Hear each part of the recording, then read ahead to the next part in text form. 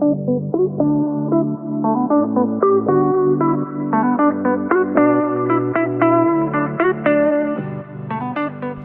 everyone, and welcome to the WTD podcast. My name is Kyia Mochitani, and I am your host for today's episode. Every episode, it'll be me right here.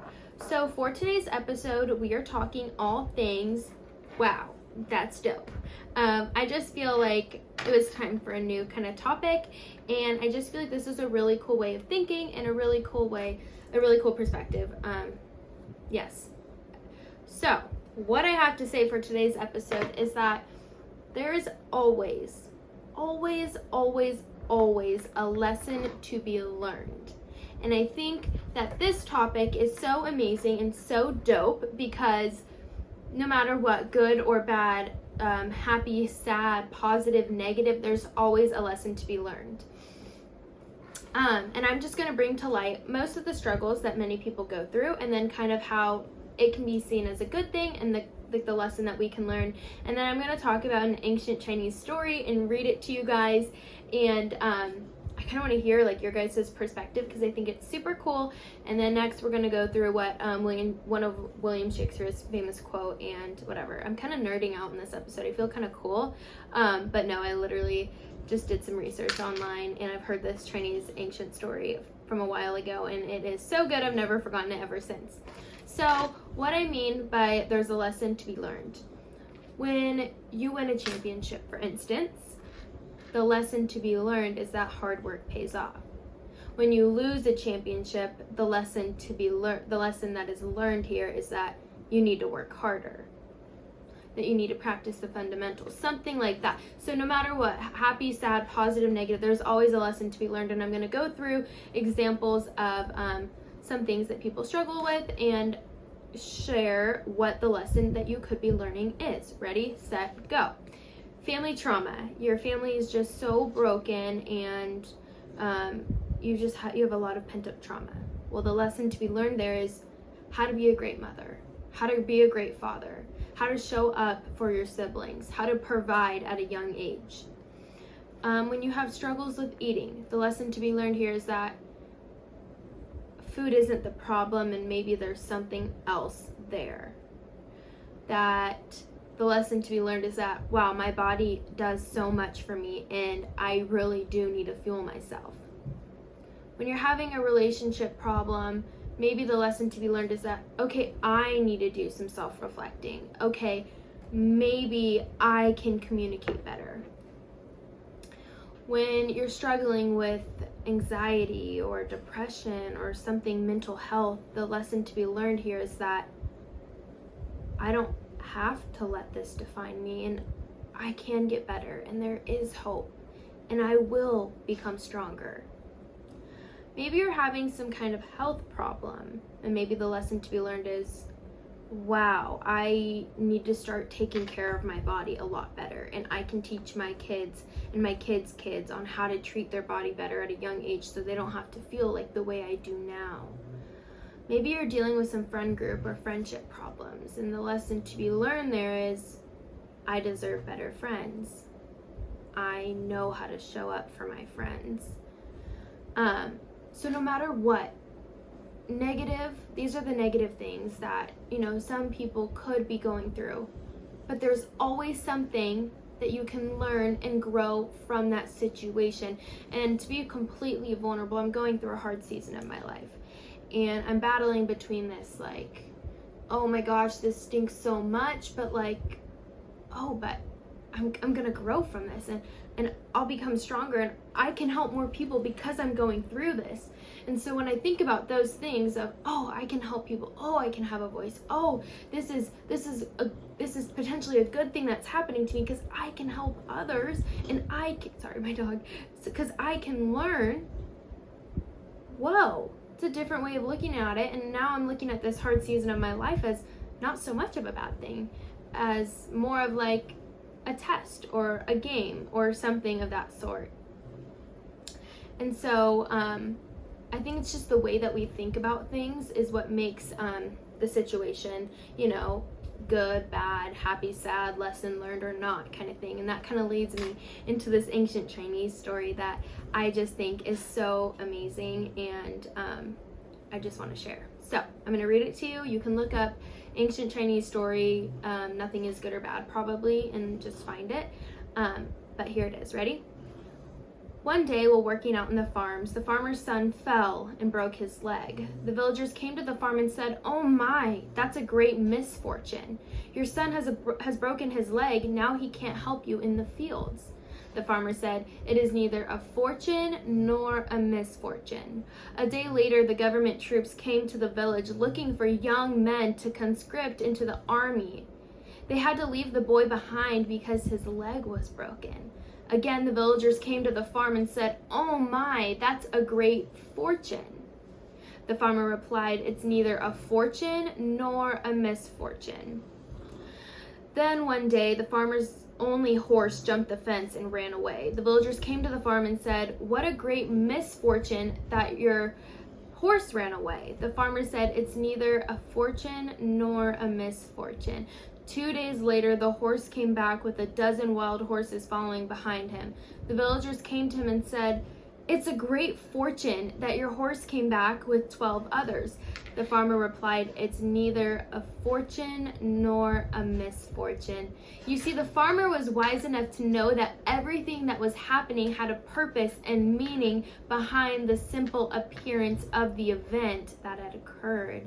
So many times we are trapped by the emotion of the events in our lives. Remember, there's this teaching, this Chinese teaching, and it says, "Nothing is long or short, hot or cold, or good or bad." Now, I like feeling happy emotions. I do. I like feeling positive emotions. So when they say nothing is good or bad, I agree, but to a certain extent, if that makes sense. I think William Shakespeare says a really amazing quote, one of his most famous quotes that I agree with to a T. Ready? It is, "Nothing is good or bad, but thinking makes it so." Yes, so true, because what? You can say that breaking my leg is a bad thing, right? Because that's what we're conditioned maybe to think. But instead, if our thinking is conditioned a certain way, we can look at it and see the good thing that's coming out of me breaking my leg. So our thinking behind these events, behind these problems, behind these situations makes it good or bad, happy, sad, positive, negative, hot or cold, right? And so I just think it's a really, really, really cool way of thinking that, you know what? Because something, quote, bad happened to me, there is something good that is happening to me, that will happen to me. Until we decide, what is good and what is bad to us, you can only understand that until we decide that, yes, this is good or bad to us. You just have to self-reflect of like, okay, this is good in relation to what? This is bad in relation to what? But if we don't decide what that is and what that looks like for us, then I don't think it could be good or bad. I think that there's just so many things that can come out of a crappy situation. Now, I made up my own example to kind of tie this all together and make it make sense. Ready? So, story goes, I got into my dream school. Yes, I got into Harvard. I'm so excited. But with going to Harvard, I had a really bad roommate.